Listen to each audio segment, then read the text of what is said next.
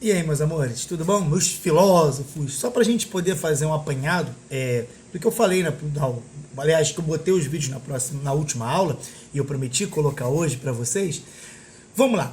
Primeira coisa, Sócrates tinha seu discípulo Platão, e a gente vai trabalhar isso, as ideias principais que já foram destacadas no vídeo, não vou ficar entrando nesse assunto principal. Mas a questão que a gente tem aqui agora é qual?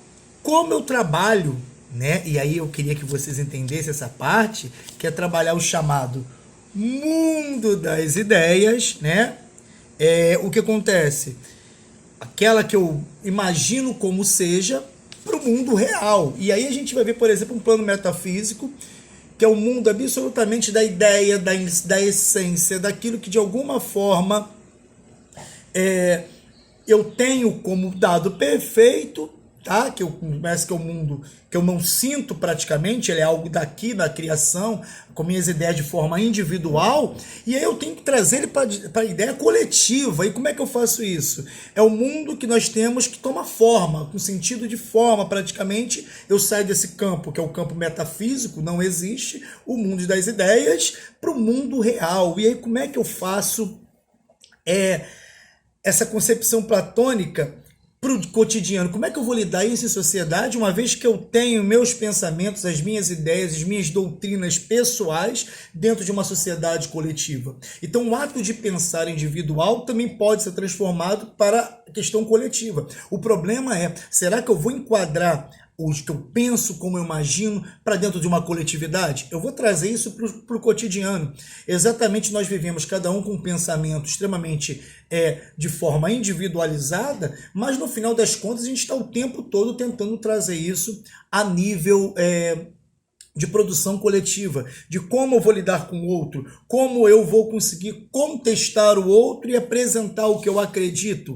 E aí, só para a gente poder voltar lá atrás, e nós temos um pensamento, inclusive, de interessante, né, que a gente tem um método socrático, por exemplo, que é a ideia do seguinte: eu consigo, às vezes, numa discussão, num debate, usar o que você me apresentou contra você, ou te apresentar dados sobre o que você falou.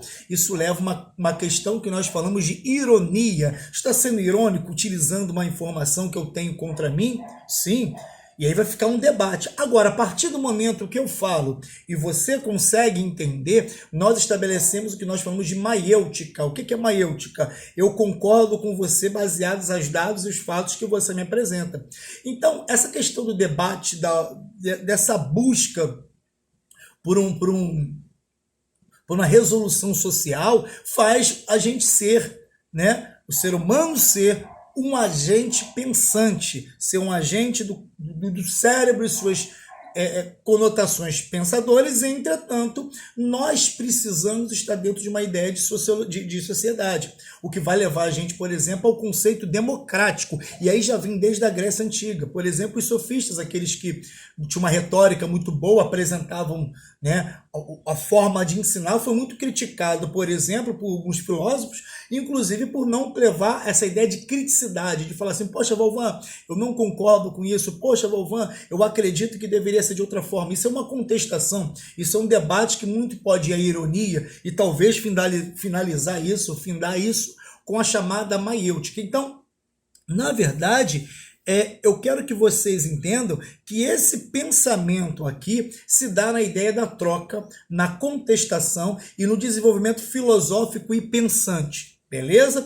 Vovó, por que você não se aprofundou em relação aos termos utilizados? Primeiro, porque já tem nos outros vídeos, aliás, com muita clareza, inclusive com imagens. E segundo, é só para vocês entenderem o contexto em que foi inserido esses filósofos. Então, dica para vocês que vão fazer o teste, aliás, a prova, é pegar aqueles vídeos, dar uma olhadinha, que nem eu falei, dar uma lida no material. Aliás, o material vocês têm que me entregar até a próxima semana, dia 9, eu não vi chegar e eu preciso que vocês me enviem isso, tá bom? Então, eu fico no aguardo de vocês. É basicamente isso, queridos. Não tem muita ideia, a não ser a ideia de contestação, de pensamento, de desenvolvimento, de trocas intelectuais que a gente tenta trazer da filosofia antiga, né, para a filosofia contemporânea, para o nosso cotidiano, tá bom? Beijos!